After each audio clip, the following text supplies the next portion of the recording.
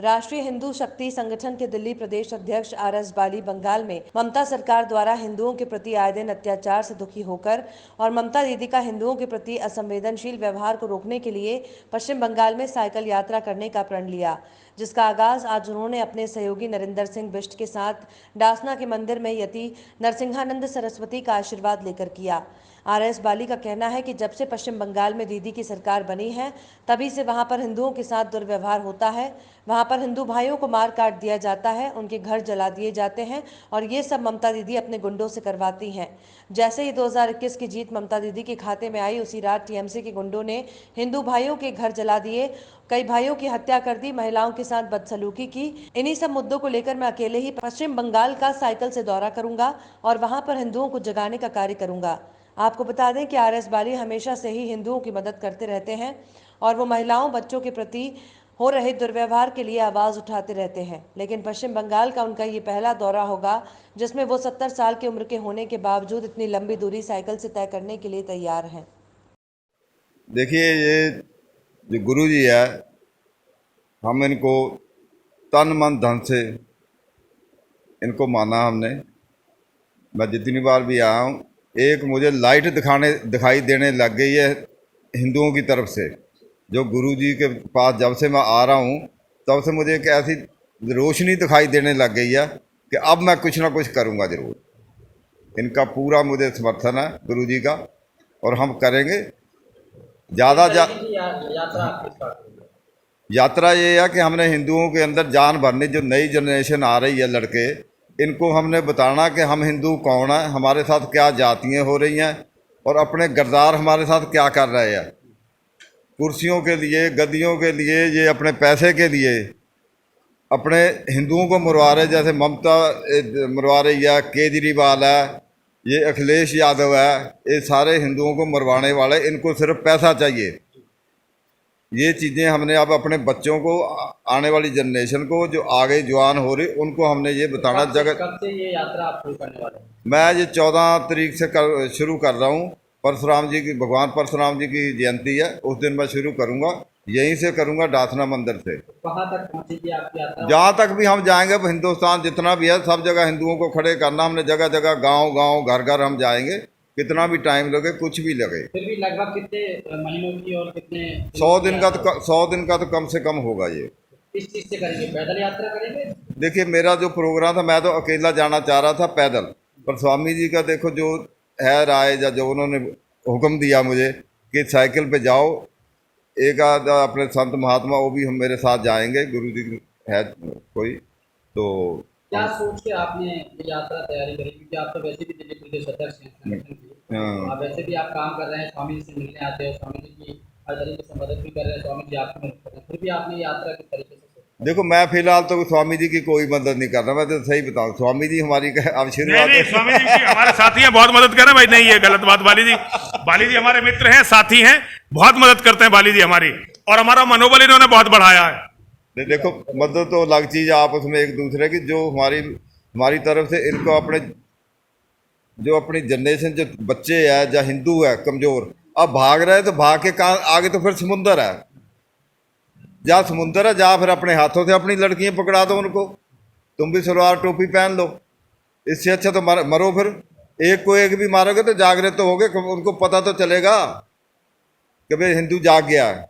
मैं ये इनके अंदर स्पिरिट भरूंगा, जाके एक तरह करंट लगाऊंगा कि इससे अच्छा मरना अच्छा है।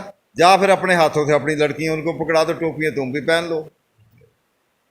तो सबसे पहला आपका जो उद्देश्य है वो बंगाल जाने का है, क्योंकि बंगाल में जो घटना हुई है उसको। हाँ, यहाँ से हम जाते जाते बंगाल पहुँचे। बंगाल से आगे फिर इधर उधर जाएंगे। हम 100 दिन पूरा करेंगे, उसके बाद भी देखते हैं क्या होता है। क्या संदेश सभी हिंदुओं को हमारे वो उठ के खड़े हो जाओ, जागृत हो जाओ। सिर जो अपने सिरा तली पे रख लो, तभी बात बनेगी। भाग के नहीं बात बनेगी। और एक गद्दारों को जो है, ममता ने बोला कि मुसलमान एक हो जाओ। इनको शर्म नहीं आई गद्दारों को? हिंदू एक नहीं हो सकते? तो वो बन जाती, जीत जाती। वो जिताने वाले भी ये, और लड़कियां भी। अब जो इनकी लड़कियों के साथ है, जो बुरा भला हो रहा औरतों के साथ, माँ बेटी के साथ जो भी हो रहा, उन्हीं की वजह, जिन्होंने वोटें दी है, जिन्होंने जिताया इसको, उन्हीं के साथ ये हो रहा। जी हमारे बहुत प्रिय मित्र हैं, साथी हैं, हमारे बड़े आदरणीय, एक बहुत बड़े क्रांतिकारी योद्धा हैं। बाली जी का बहुत अच्छा उद्देश्य है। मैं हर तरह से तन से, मन से, धन से और जो भी कुछ है उसके साथ बाली जी के साथ हूं। बाली जी इसी मंदिर से ये यात्रा शुरू करेंगे, पूरे देश में उनका संदेश जाएगा। बाली जी को बहुत बहुत साधुवाद है, बहुत बहुत आशीर्वाद है और बाली जी को मतलब हर तरह का समर्थन रहेगा। और बाली जी जैसे अच्छे आदमी का सभी हिंदुओं को समर्थन करना चाहिए। 100 करोड़ हिंदुओं की पीड़ा पूरी दुनिया के सामने लाने के लिए बाली जी ये यात्रा कर रहे हैं, तो ये मेरा ही नहीं, हर हिंदू का कर्तव्य है कि वो बाली जी का साथ दे। ये वो ममता जिहादिन है, उसे जी मत कहो, ममता जी नहीं है, वो ममता जिहादिन है और उसने जानबूझकर वहां हिंदुओं का कत्लेआम करवाया है। ये बहुत दुखद है, ये नहीं होना चाहिए था लेकिन हुआ है, तो अब इसका क्या कर सकते हैं हम लोग। अब हमारी पता नहीं केंद्र सरकार क्या स्टेप लेने वाली है, लेकिन वो जिहादिन है और उसने हिंदुओं का सामूहिक नरसंहार करवाया है, हमारी बेटियों को बर्बाद किया है, उसे तो जेल जाना चाहिए। बाली जी का जाने का तैयारी जो है वो इसी वजह से बंगाल जाना उनका उद्देश्य है। जी हुआ है। देखिए, बंगाल जाना तो उनका उद्देश्य है ही है, लेकिन बंगाल में क्या हुआ ये पूरी दुनिया के सामने लाना भी बाली जी का उद्देश्य है। बाली जी का उद्देश्य बहुत बड़ा है और बाली जी ने अपने आप को इस उद्देश्य के लिए समर्पित किया है। बहुत बहुत साधुवाद उनका। स्वामी जी, बाली जी का आपके साथ इतना समर्थन रहता है, आपका बाली जी के साथ रहता है, क्या तैयारी आप लोगों की चल रही है? बाली जी ने देखिए अभी मुझे बताया है यात्रा के बारे में, अभी बाली जी से मेरी बात हुई है। बाली जी जो भी कहेंगे वो सारी व्यवस्थाएं शिव शक्ति धाम डासना से होंगी। बाली जी को पूरा समर्थन है। जितने भी हम सारे मठाधीशों से बात करेंगे, बाली जी जहां भी जाएंगे मठाधीशों के पास होते हुए जाएंगे और मठों में इनका प्रवास होगा, मठों में इन्हें व्यवस्थाएं मिलेंगी हर जगह पूरे भारत में। अभी भी कई घटनाएं हो रही है, लेकिन फिर भी जो कुछ हिंदू लोग समझ नहीं रहे हैं, सामने वालों की जो योजनाएं हैं उनकी समझ नहीं पा रहे, आपका क्या कहना होगा?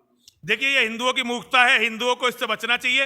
हिंदुओं को इस्लाम को पढ़ना चाहिए, इस्लाम के जिहाद को पढ़ना चाहिए, कुरान को पढ़ना चाहिए। और हमारे पूर्वजों, देखिए पीछे आप देख रहे हैं जो पेंटिंग बन रही है, ये शिव शक्ति धाम डासना में एक 10 साल का बच्चा अपनी गोद में अपने पिता का सर लिए हुए खड़ा है। ये हमारे परम आदरणीय, परम पूजनीय गुरु गोविंद सिंह जी महाराज हैं और उनकी गोद में उनके पिता गुरु तेग बहादुर सिंह जी महाराज का शीश उनकी गोद में है। तो हिंदू इस इतिहास को कैसे भूल सकते हैं?